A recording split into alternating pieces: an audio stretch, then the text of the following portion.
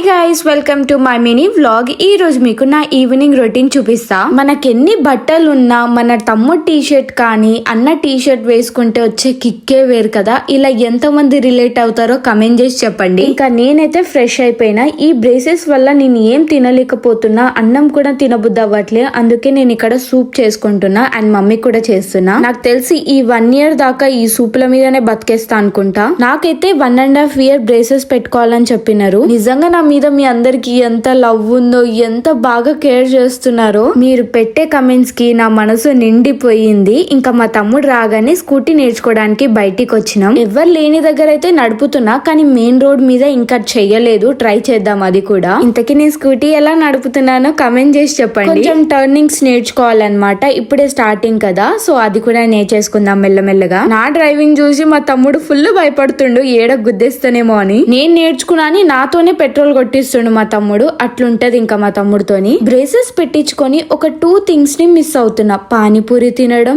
And chicken తినడం. Literal గా నాకు ఏడుపు వస్తుంది గైస్. ఏం చేస్తాం, అయినా తినడం తప్పదు కదా. అందుకే నేను ఇక్కడ కేక్ తింటున్నా. అదేంటో నేను ఒక్కదాన్ని తినకుండా మా ఇంట్లో వాళ్ళకు కూడా తీసుకొని వెళ్లే అలవాటు ఉంది నాకు. మా మమ్మీకి ఇలాంటి కేక్ అండ్ బన్స్ అంటే చాలా ఇష్టం. ఇక్కడ మా డాడీ మా తమ్ముడికి వార్నింగ్ ఇస్తుండు ఏదో విషయం మీద. మళ్ళా కలుద్దాం. Bye bye.